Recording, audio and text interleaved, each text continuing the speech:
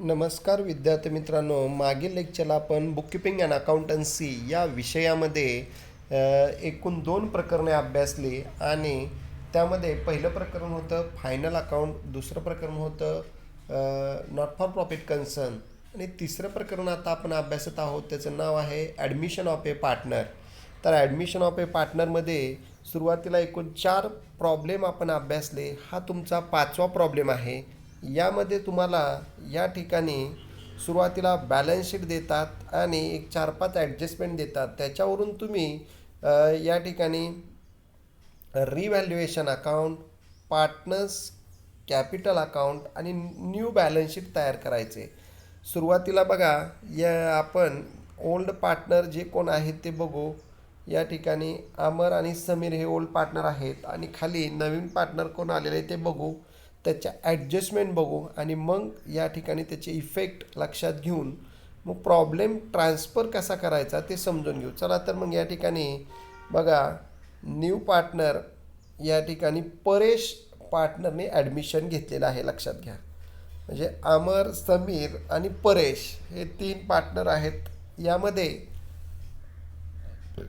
On 1 April 2018 Paresh admission घेतलेलं आहे on the following terms. खालील टर्मनुसार परेशने ॲडमिशन घेतलेलं आहे. त्यामध्ये पहिली ॲडजस्टमेंट, दरवेळीप्रमाणे परेश कॅपिटल आणतोय, गुडविल आणतोय. तर विद्यार्थी मित्रांनो, आपण त्याची जर्नल एंट्रीसुद्धा करणं अपेक्षित आहे. त्यामध्ये बघा, सुरुवातीला Paresh should bring ₹20,000 as capital. म्हणजे परेशने कॅपिटल आणलं. एंट्री येणार आहे या ठिकाणी cash account debit to Paresh capital account. म्हणजे कॅश आली ॲसेट साईडला, कॅशमध्ये ॲड करा आणि परेश कॅपिटलच्या क्रेडिटला बाय कॅश अकाउंट. म्हणजे कॅशमध्ये ॲसेटला कॅशमध्ये ॲड आणि पार्टनरच्या क्रेडिटला बाय कॅश अकाउंट.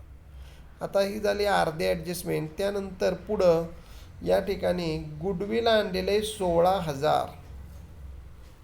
आता हे गुडविल आपण त्याची पण आपल्याला एंट्री करावं लागणार आहे, journal entry. Cash account debit to goodwill account.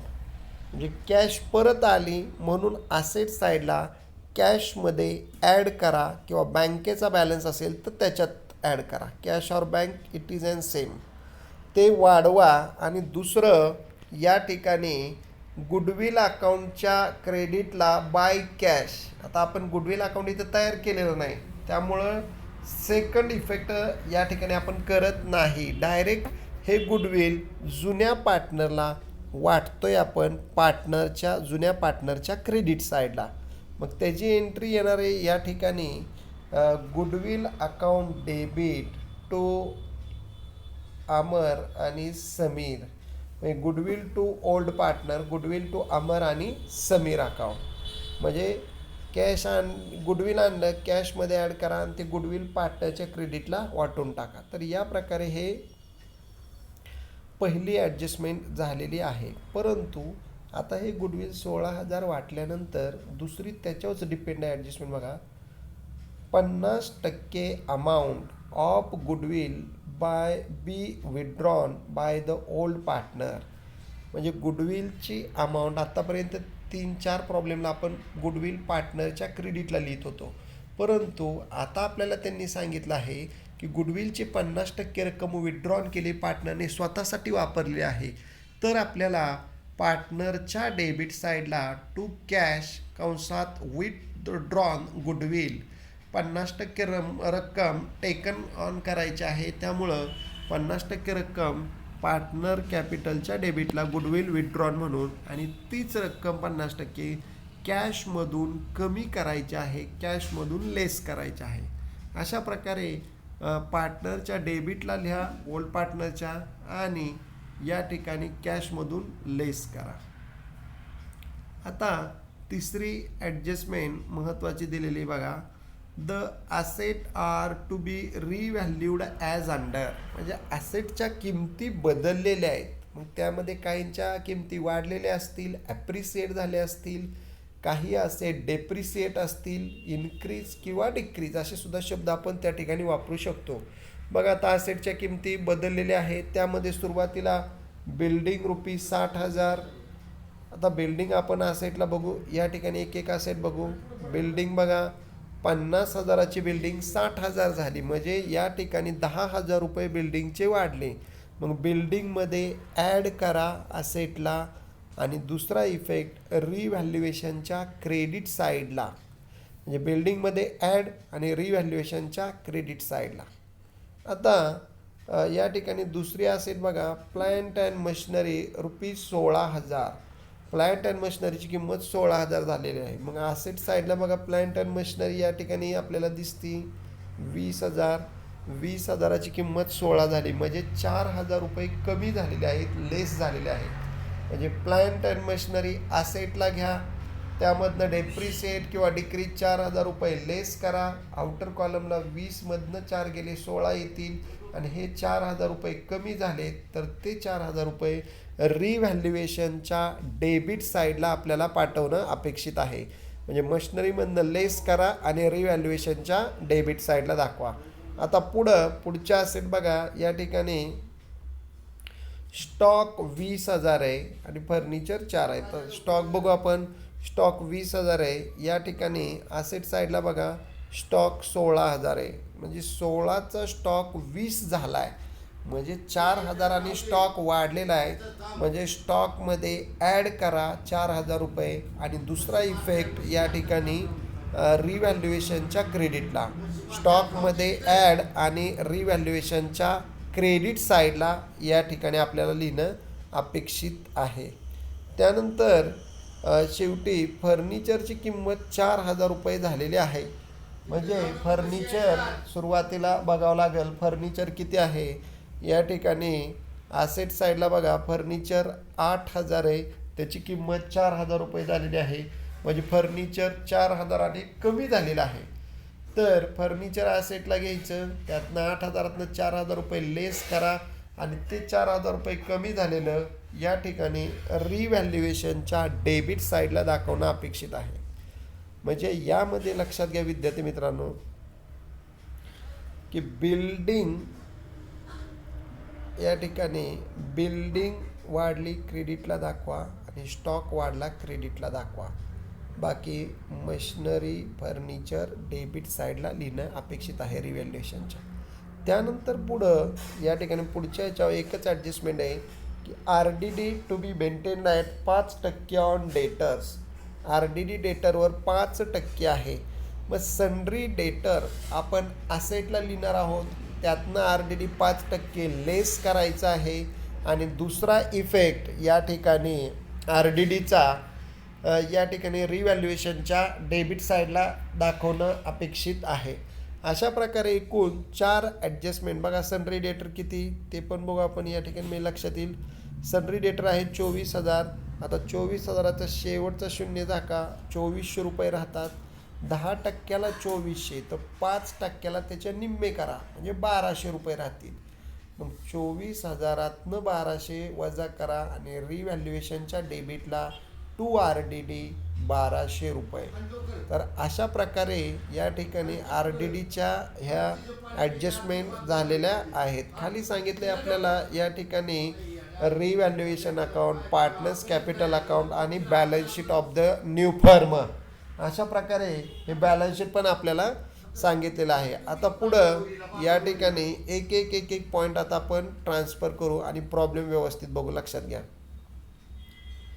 The balance sheet of Amar and Sameer who share profit and loss ratio आहे 3:2, म्हणजे 3+2 5, 3/5 2/5. लक्षात घ्या. बॅलन्स शीट खाली दिलेलं आहे, 31 मार्च 18चं बॅलन्स शीट दिलेलं आहे आपल्याला. आता सुरुवातीला नेहमीप्रमाणे विद्यार्थी मित्रांनो, आपण मागील 4ही प्रॉब्लेमला याच पद्धतीने ट्रान्सफर केलेलं आहे. लायबिलिटीचे जे काय पॉईंट आहेत ते या ठिकाणी आपण लायबिलिटीला पाठवणार आहोत. आणि जर आता सुरुवातीला कॅपिटल दिलेलं आहे, कॅपिटल पार्टनरच्या क्रेडिटला ब्रॉट डाऊन, त्यानंतर जनरल रिझर्व, तो पण पार्टनरला रेशोमध्ये क्रेडिटलाच वाटणार आहोत आणि क्रेडिटर फक्त लायबिलिटीला लिहिणार आहोत. या पद्धतीने आहे, लक्षात घ्या.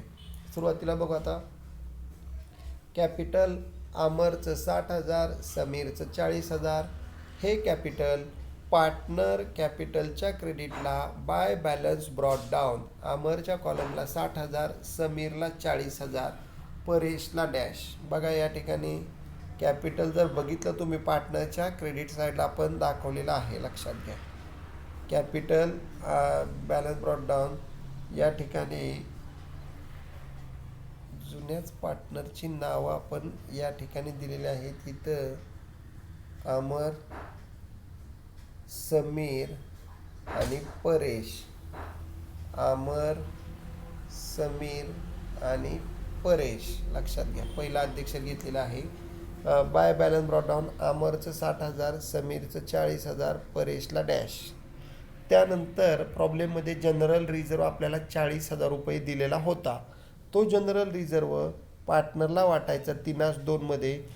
या ठिकाणी अमरला 12,000 आणि समीरला 8,000, परेशला डॅश. कारण तो न्यू पार्टनर आहे, त्याला लगेच जुन्या रिझर्वची रक्कम देणार नाही. त्यानंतर लॅबिलिटी साईडला पुढं आपल्याला या ठिकाणी क्रेडिटर दिलेला आहे. हे क्रेडिटर आपण लॅबिलिटी साईडला, कारण आता कॅपिटल आणि जनरल रिझर्व पार्टनरच्या क्रेडिटला डिस्ट्रीब्यूट केलेलं आहे. आता हे क्रेडिटर डायरेक्ट 10,000 रुपये आपण लॅबिलिटी साईडला दाखवणार आहोत, लिहिणार आहोत. त्याच्यावर काय ॲडजस्टमेंट नाही. आउटर कॉलमला ते क्रेडिटर दाखवायचं आहे. आता बिल्डिंग महत्त्वाचं बघा. आता बिल्डिंगची किंमत 50,000 आहे.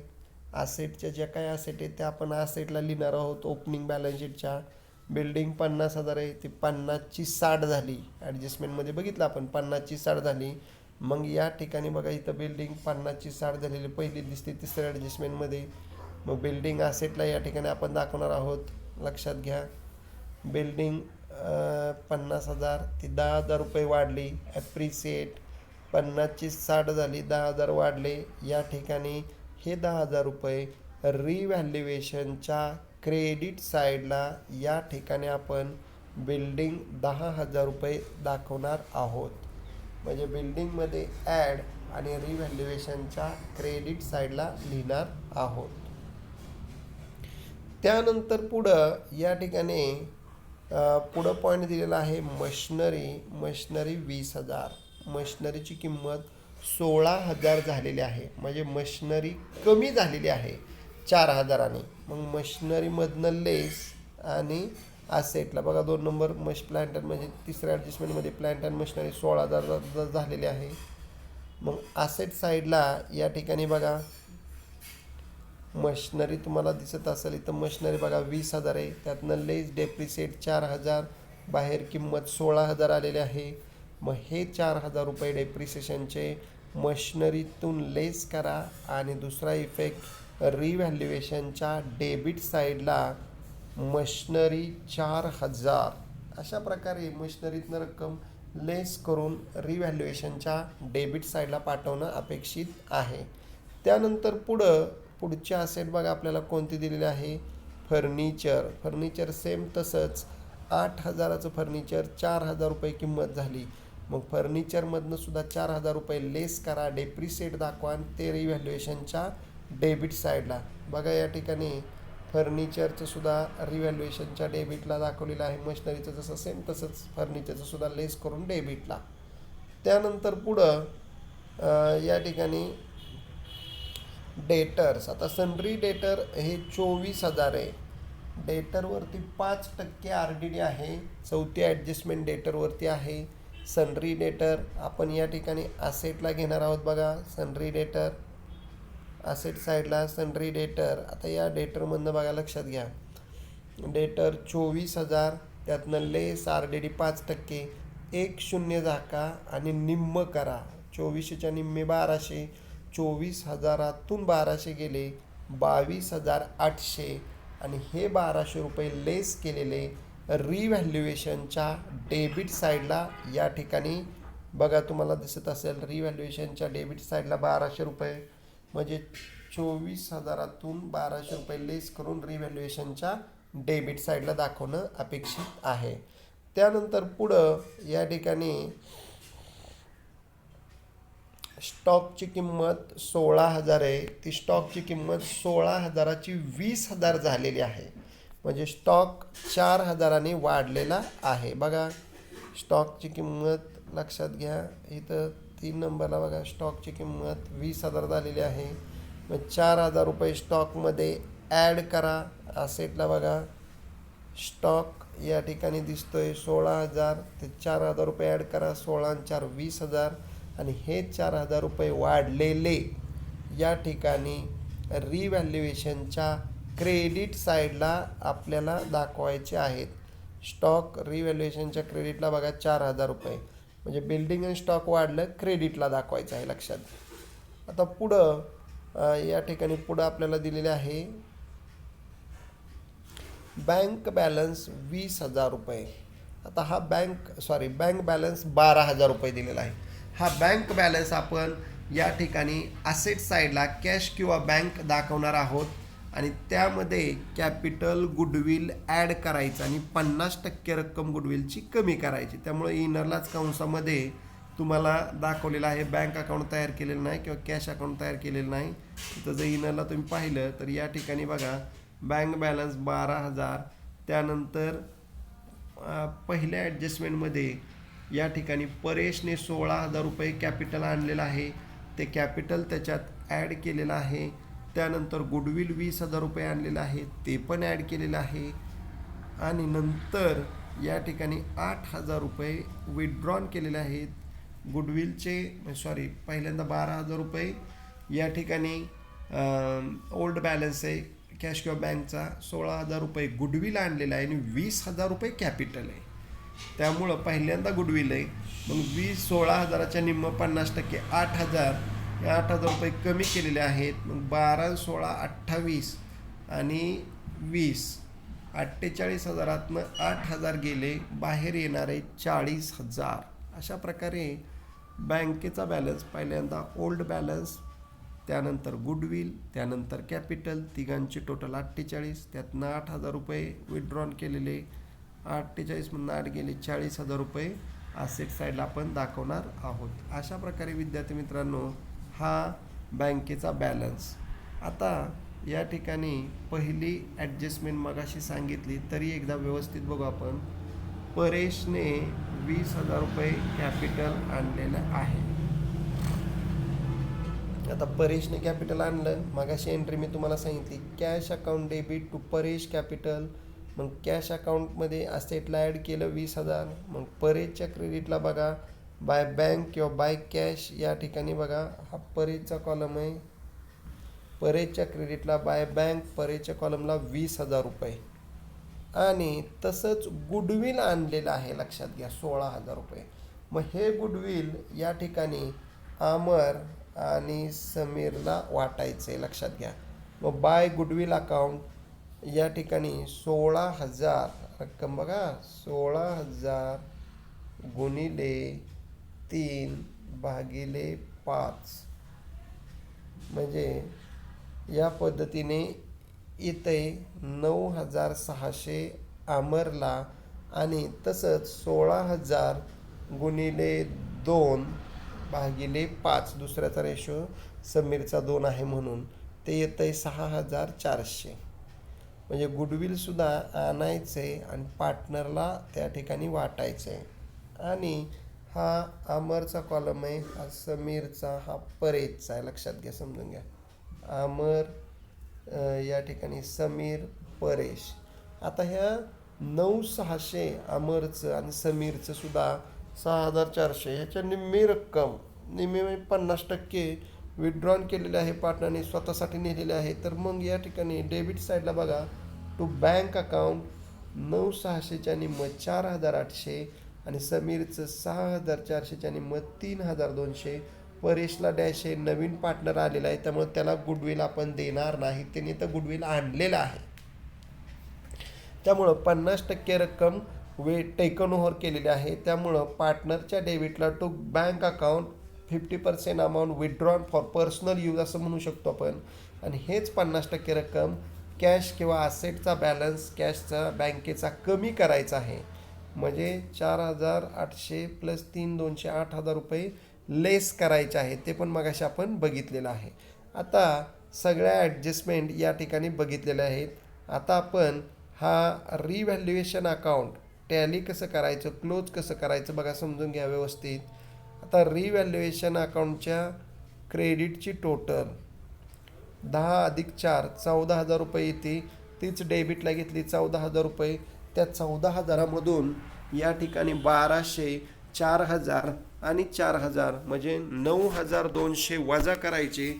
14,000तनं 9,200 गेले, फरक येणार आहे 4,800. तो आहे टू प्रॉफिट आणि तो आमर आणि समीरला त्यांच्या रेशोमध्ये वाटायचा आहे 3:2. म्हणजे 4,800 भागिले 5 गुणिले 3 म्हणजे 4,800 गुणिले 3 भागिले 5 आणि तसंच परत नंतर 2ने गुणायचं आहे. 4,800 गुणिले 2 भागिले 5. 4,800 गुणिले 3 भागिले 5नी आमरला येणार आहे 2,880 रुपये आणि समीरला येणार आहे 2 रेशो आहे त्यामुळं 1,920 रुपये. अशा प्रकारे आपल्याला रिव्हॅल्युएशनचा जो काय प्रॉफिट आहे तो पार्टनरला त्यांच्या रेशोमध्ये डिस्ट्रीब्यूट करायचा आहे. आता हेच रिव्हॅल्युएशनच्या डेबिटला पार्टनर, मग पार्टनरच्या क्रेडिट साईडला बाय रिव्हॅल्युएशन अकाउंट जो काय प्रॉफिट आहे तो 2,880 आमरला आणि 1,920 समीरला. तर या पद्धतीने हा सुरुवातीचा आमरचा कॉलम आहे, हा समीरचा आणि हा परेशचा आहे. आमर, समीर आणि परेश. तर हे प्रॉफिट त्यांना वाटलं आहे. आता परेशच्या क्रेडिटची टोटल बघा 20,000. तीच डेबिटला घेतली 20,000. वरती अमाऊंट नाही त्यामुळं तीच रक्कम 20,000 आपण लिहिणार आहोत. त्यानंतर आता समीरची टोटल मधल्या कॉलमची 56,320. तीच डेबिटला घेतली 56,320. वरती 3,200 वजा केले, मग वरती वजाबाकी येणार आहे 53,120. त्यानंतर अमरच्या क्रेडिटची टोटल 84,480. तीच डेबिटला घेतली 84,480. त्यातनं 4,800 वजा करा, फरक येणार आहे 79,680 आणि त्या फरकाला नाव द्यायचं आहे टू बॅलन्स कॅरीड डाऊन. हाच फरक पार्टनरचं कॅपिटल आहे आणि हे कॅपिटल आपण लायबिलिटी साईडला दाखवणार आहोत. लायबिलिटी साईडला बघा तिन्ही पार्टनरचं कॅपिटल तुम्हाला सुरुवातीला या ठिकाणी दिसत असेल बघा. अमरचं 79,680, समीरचं 53,120 आणि परेशचं 20,000.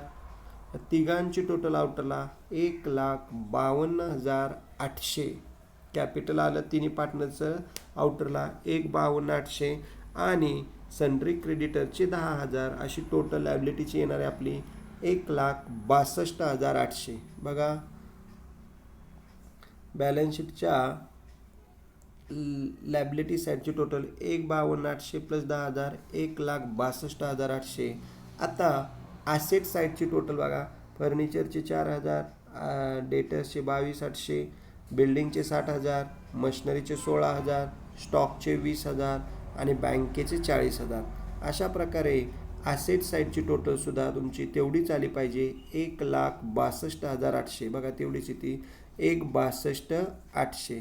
तर या प्रकारे विद्यार्थी मित्रांनो तुमचं ॲडमिशन या टॉपिकमध्ये सुरुवातीला रिव्हॅल्युएशन अकाउंट क्लोज करा. प्रॉफिट मिळणार आहे तो पार्टनरच्या क्रेडिटला लिहा. त्यानंतर पार्टनरचा जो फरक निघणार आहे त्याला आपण टू बॅलन्स कॅरीड डाऊन नाव देणार आहोत. कॅपिटलची अमाऊंट आपण फाइंड आउट केलेली आहे आणि तीच कॅपिटलची अमाऊंट आपण लायबिलिटी साईडला दाखवलेली आहे. अशा प्रकारे तुमचं 1 एप्रिल 2018चं बॅलन्स शीट टॅली होतं आहे 1,62,800 आणि हे टॅली झालेलं बॅलन्स शीट तुम्ही या ठिकाणी व्यवस्थित आता प्रॉब्लेम पहिल्यांदा लिहा, त्याचं ॲन्सर व्यवस्थित सोडवा, ॲडजस्टमेंट व्यवस्थित समजून घ्या. कोणाला काही शंका असतील तर या ठिकाणी विचारा. ठीक आहे. गुगल फॉर्मच्या ज्या काही टेस्ट आपण देत आहोत त्या टेस्ट पण रेग्युलर सर्व विद्यार्थ्यांनी सोडवा आणि झालेला सर्व सिलेबस व्यवस्थित रोजच्या रोज प्रॉब्लेमचा अभ्यास करा. ठीक आहे, या ठिकाणी आज आपण थांबत आहोत. नेक्स्ट तासाला आपण एक वेगळा प्रॉब्लेम याच टॉपिकमधला घेणार आहोत. धन्यवाद.